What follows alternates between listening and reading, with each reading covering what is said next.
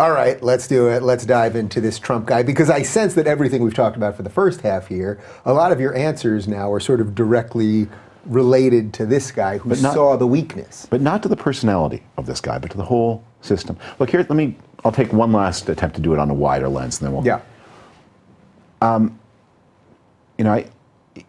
Imagine somebody standing on a timeline, and the center of the timeline is 1990. And they go forward 25 years, 2015. And maybe they go to sleep and they wake up. Who are the most important politicians in the country when they go to sleep? Bush and Clinton. Who are the most important politicians in the country in 2015? Bush and Clinton. What are they talking about? Iraq and healthcare. You go back 25 years from 1990, you're in 1965, and it's a different world. There's an AFL-CIO. There are riots in the cities. There are liberal Republicans and segregationist Democrats. So we have had this frozen politics for a long time, and it was ready to be changed, and Donald Trump, the existing Republican Party couldn't cope with it, and Donald Trump did. He smashed the system open. So he's created some opportunities for a new kind of political arrangement because the old one had become so stale. But what he's also done, and this is the theme of the book, is he's raising questions not just about the way we do politics, but about the whole political system, because he is a deeply authoritarian personality. His project is authoritarian, and the way he governs is not compatible with a rule of law society. It was going to happen one way or another, right? Do you think that's fair to say? Or is he so unique, or that personality trait, or that, the type of person that would be willing to do it is so unique that... no, he's not. We have like Trump-like figures all over the Western world. We have a global crisis of... Well, I mean unique to our American system, because there was no one like... Even though Bernie was actually talking about rattling the system the same way, and I think that's why there was some crossover with their audiences. But we have people there's Geert Wilders, there's Marine Le Pen, there's the Alternative for Germany. We're recording just a few days before people see this program. There's an election in Italy in which the traditional parties were swept aside, and a kind of joke party, the Five Star Movement, which was founded by a comedian and which is kind of an authoritarian populist party of the left, is now in league with a kind of neo-fascist party. And we are seeing the breakdown of the traditional parties of the center, driven by slow growth and ethnic competition.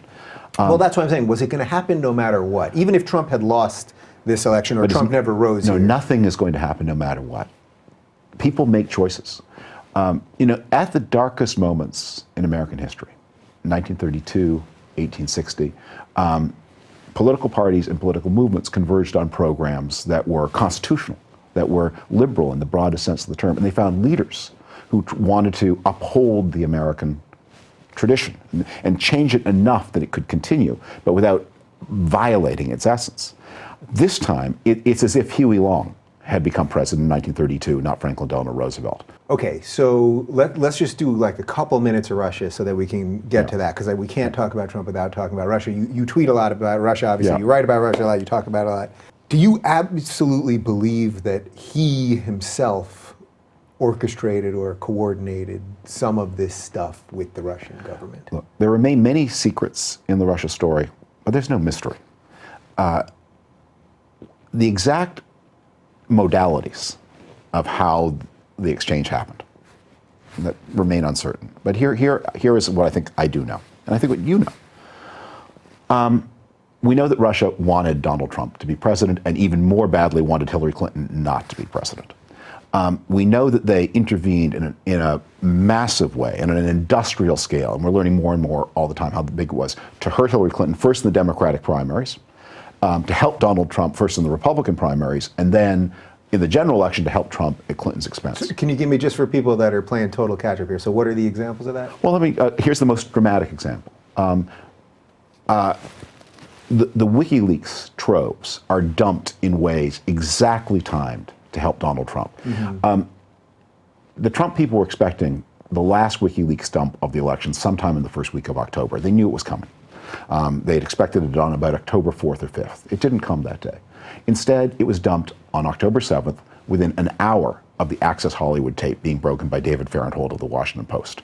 The Russians, or whoever controls WikiLeaks, which I believe and Mike Pompeo, the head of the CIA, believes WikiLeaks is, a cutout for the Russians, if not directly controlled by them. They timed their last WikiLeaks dump to help Donald Trump should he have a crisis in the election, and it did. In the book I sort of give the minute-by-minute tick-tock where you see the Russians were there to help. But is the real question whether the campaign itself was coordinating that, or look, we do all sorts of things with foreign governments and elections and all kinds of stuff. So whether the campaign actually was coordinating it with the foreign government, which obviously would be illegal. We know that Donald Trump, as opposed to them just doing it and it having to work out for Trump. To hack an American's email is a crime. It's a big crime. If you know that a crime has been committed against Americans by a foreign government, you would be annoyed about that, especially if you aspire to be president of the United States. The idea that so we don't know to what degree yet, we don't know to what degree, if any, people on his campaign were in regular back and forth communication with the Russians, but he stood on a stage and in June of 2016 and welcomed the Russians breaking American law to steal his opponent's email to his advantage. His son took a meeting with people who were offering him Russian-hacked information on Hillary Clinton. They didn't at the meeting. The Russians didn't deliver, but when we say the Russians, we have to clarify between the government and just other actors, right? Because everyone says the Russians as if it's this one monolithic thing. True. The lawyer who was at the meeting was somebody with intense Kremlin connections and who advertised that she had Kremlin connections. That she said in the famous email to Don Jr., the Russian government wants to elect your father. I have information from the Russian government. It could help your campaign. And he said, great, I love it, especially in the summer. I am telling you that if an emissary from the Russian government had approached George W. Bush in the election of 2000 and said, I have information on Al Gore that will help you, there wouldn't have been a meeting. There would have been a phone call to the FBI. And there might even have been a phone call to the Gore campaign. You guys should know about this. What do you think? All right, so you believe that without question there was coordination? No, I believe the Russians helped, and I believe that Donald Trump, it's not a belief, it's on video, you can look it up. Donald Trump welcomed the help, was ready to accept the help, and profited from the help, and I believe it made a difference in the election. I believe also that there were Russian attempts, as far as we know, they're not successful, to interfere with the actual mechanics of voting in a number of states. Here's what I don't know. I don't know whether information flowed back from the United States to Russia after Don Jr.'s meeting. I don't know that. I don't know whether the Russian operation to influence the American election benefited from any kind of information provided by American counterparts. Those are things we don't know. What I do know is that Donald Trump did not act patriotically, and he did not act with respect to the American political system, and I will never get past that. Do you think the Democrats have any of the same dirt on their hands? No. Nothing? So I mean, look, it's not beanbag. They did many. They did many things. I mean, when Hillary Clinton found that South American beauty queen who was offended by Donald Trump, is it possible the Clinton campaign paid her money for her story? That's possible. But there's a difference between I really do think there's a bright line difference between the usual operations of American politics, which can be pretty rough, and accepting help from the clandestine service of a foreign government. Let me give you another example to make a difference. So in 2004, it was no secret that Gerhard Schroeder of Germany and Jacques Chirac, the president of France, would dearly love to see John Kerry beat George W. Bush. They made that very clear. They gave interviews. They made it very clear they were just counting the minutes until Bush was gone. And it was also clear in 2012 that Benjamin Netanyahu of Israel preferred Romney to Obama. Your allies have opinions.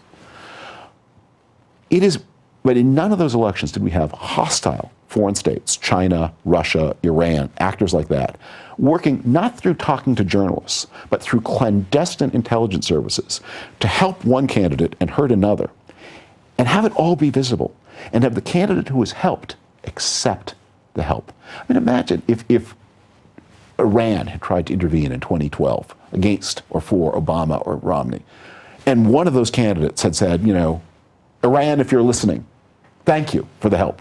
Inconceivable. But that's what Trump did. He did it on video. It's not a mystery.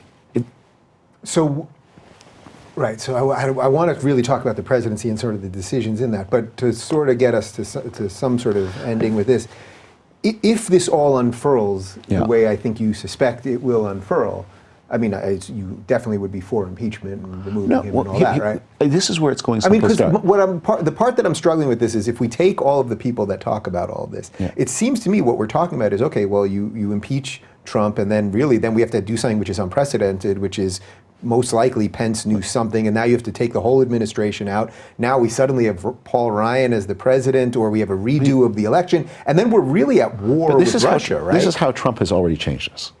So the Russia part of this is just one of the things that have not happened no president since Lyndon Johnson has operated a business while president.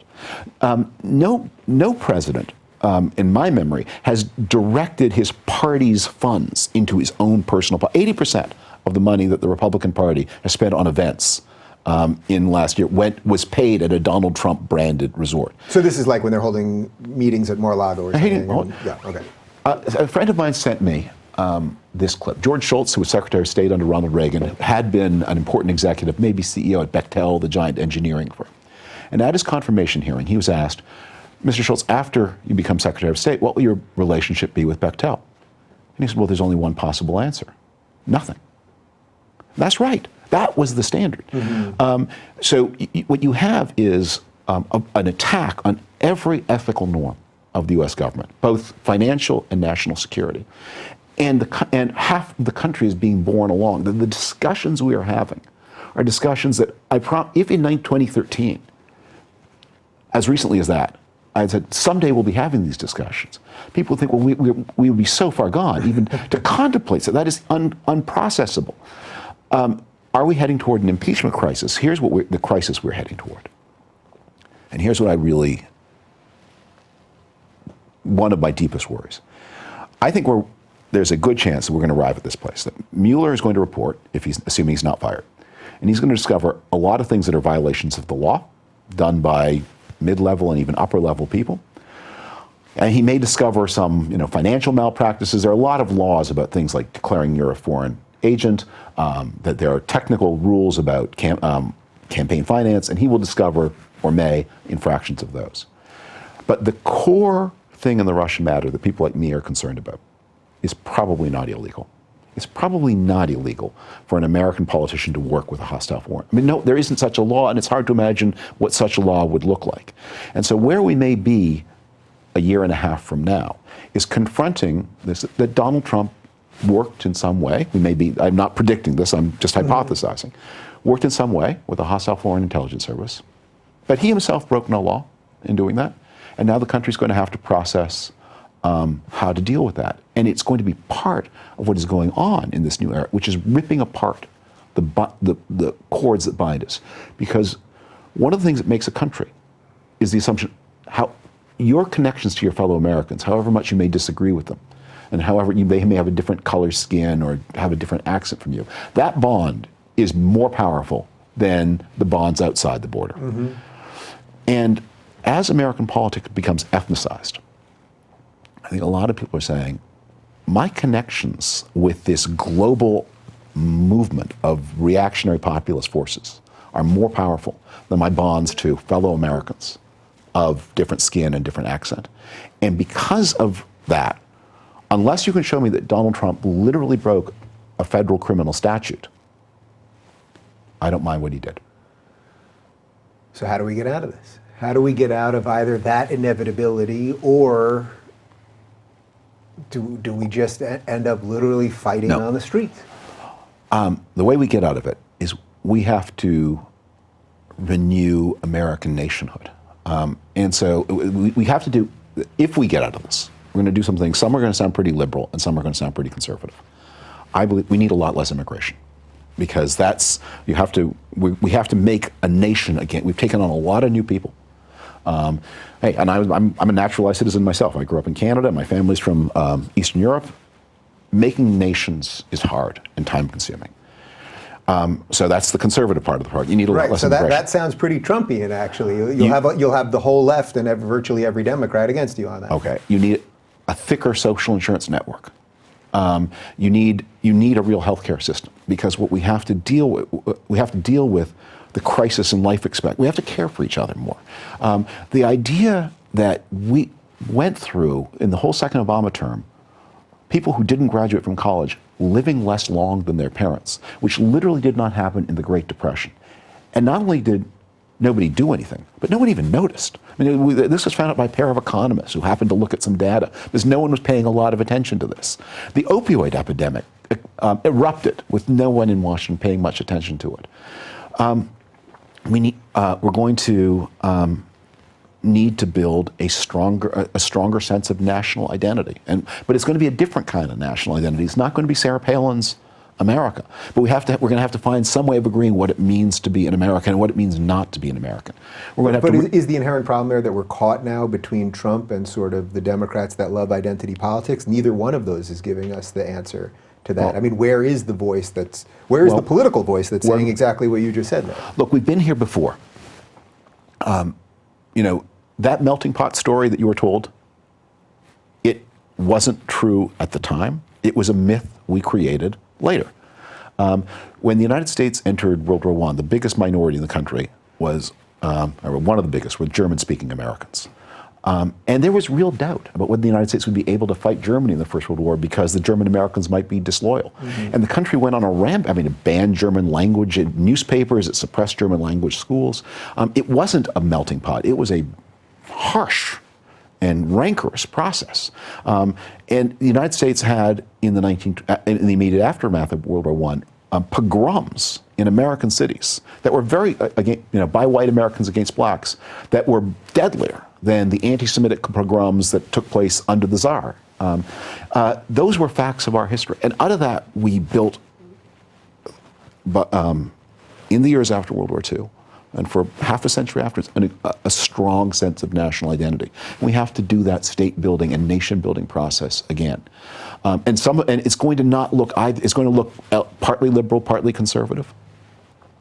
But it's going to be a new politics for a new century. And the idea that people are going to, and if anyone is standing around saying, I don't know, I prefer the problems of 1982 so I can have the solutions of 1982, I'm going to say, you're just not helping.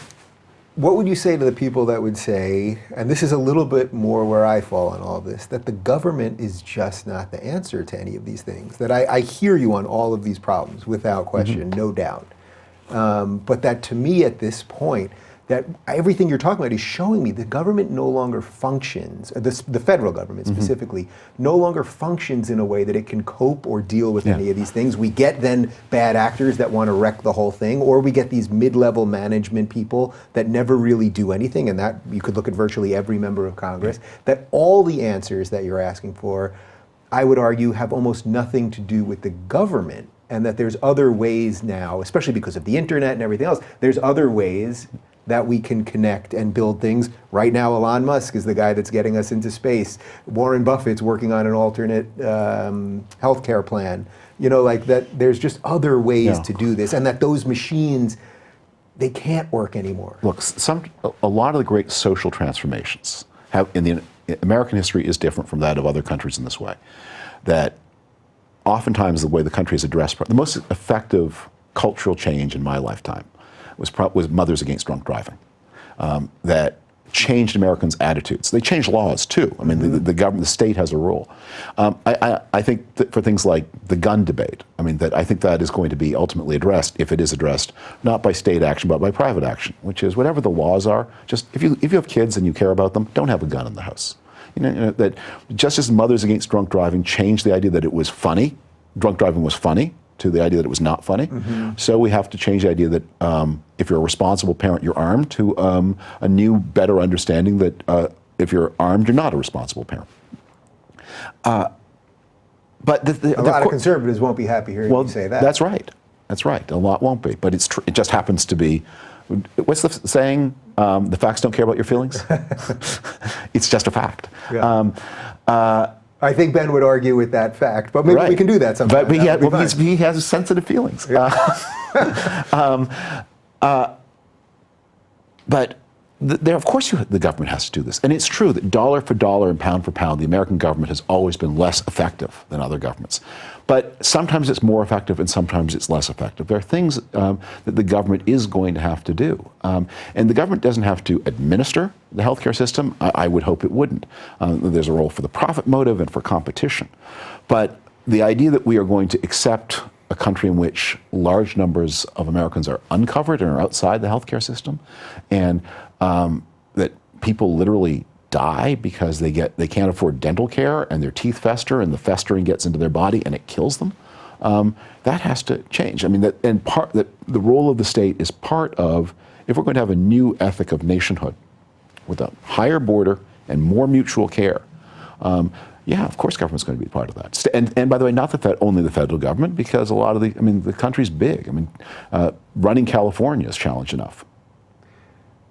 So since you don't say you're a conservative specifically anymore, I mean, if people are listening and going, I get this, it's a little bit of both, because there's a lot of big government here. I know you're saying you would prefer the government not have to do health insurance, all that. You're sort of all over the place right now, which I think a lot of people are. I think that's the situation we're in right now.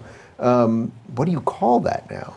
Not that, and I only ask about labels because although they're becoming increasingly meaningless, I think it helps people go, all right, this is my starting point. Well, I don't have a label for it because I think this is one of those moments in American history where you have to do something new. For 25 years after the Civil War, Americans kept arguing both about the Civil War and about its financial consequences.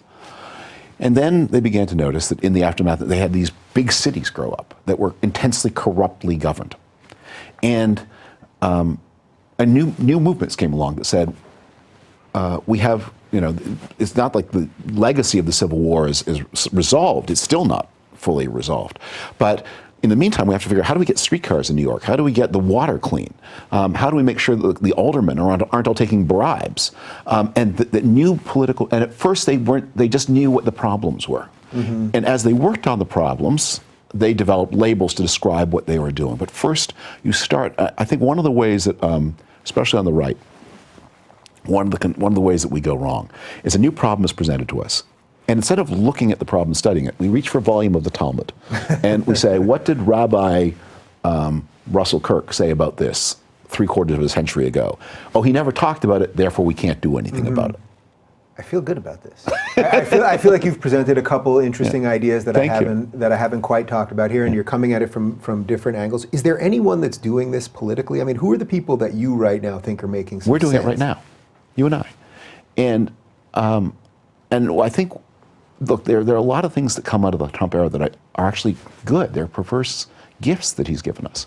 One of them is, by lying all the time, he's helped us understand how important it is that people tell the truth. I mean, you're concerned about what goes on campus. You know that the phrase post-truth began as a compliment, not a criticism. It began by people who wanted to overthrow totalitarian truth structures and open the way to many multiple truths. And they discovered that when you do that in politics, what you don't get, the opposite of truth isn't truths, the opposite of truth is lying. We've seen rising levels of civic engagement, and we I think, are seeing, especially among the young, a sense that the political categories they've inherited are obsolete. Yeah. And that they have to start looking at problems anew. And that they have to begin with the problems and then develop the solutions. And then people will disagree where the new party system will come from. Is, as we really contemplate how do we improve the health outcomes of our fellow citizens, how do we deal with drugs, how do we deal with the declining life expectancy of those who don't go to college, they're going to disagree, and then they'll find like-minded groups. And they'll end up inside the Republican and Democratic parties. Those institutions will always be there. But the content will change, and along the way, we'll find new names. Yeah, but anyone politically? I think I appreciate the compliment, and I think there are some people that are trying to make some sense these days. But really, I mean, do you look at anyone politically and go? I think it will start at the state level. I think the mayor here in Los Angeles is an example, someone who's trying to figure out how things work. Andrew Cuomo in New York, kind of a bully, but cares about why does it cost 3 times as much or whatever it is to build a subway in New York as in London. So I think the regeneration of the American political system has always come from cities and states, and I think that will be even more true in the 21st century. I mean, here in California, what you need a revival of political competition. One of the reasons why I stay a registered Republican is, I look at California and say, this is what happens when you get a one-party state. You get factional politics. It doesn't mitigate the problems of ethnically driven politics. It makes them worse. So we're going to need two-party competition. We're going to need new solutions, and that's what I try to do in my work, is to try to offer, the possibility of a more useful kind of politics. Yeah, it's interesting because, I mean, that's exactly what I try to do with the show. And even last week, I had Mike Schellenberger on, who's running as a Democrat. He's more of an old school Democrat, and he's into nuclear power and all sorts of new ideas and using technology to solve our problems. Running against Gavin Newsom, who's the hero of the left, and he thinks he's too left. And then this week I have you on to discuss your frustrations with the conservatives and all that. So this is what we have to keep doing at the end of the day. That's all we got, right? And as long, and we have to defend our ability to do that, and defend that both against those who would use violence and against those who would use corruption to try to shut down proper discussions. Perfect. That's a perfect ending right there. Thank you. So Thanks for your hospitality. yeah, my pleasure. I suspect we'll do this again. Maybe we'll get Ben in here and we'll do that little facts over feelings things, and we can get a couple other people in here to mix up some of these ideas. For more on David, follow him on Twitter @David Frum, and check out his book Trumpocracy in the link right down below.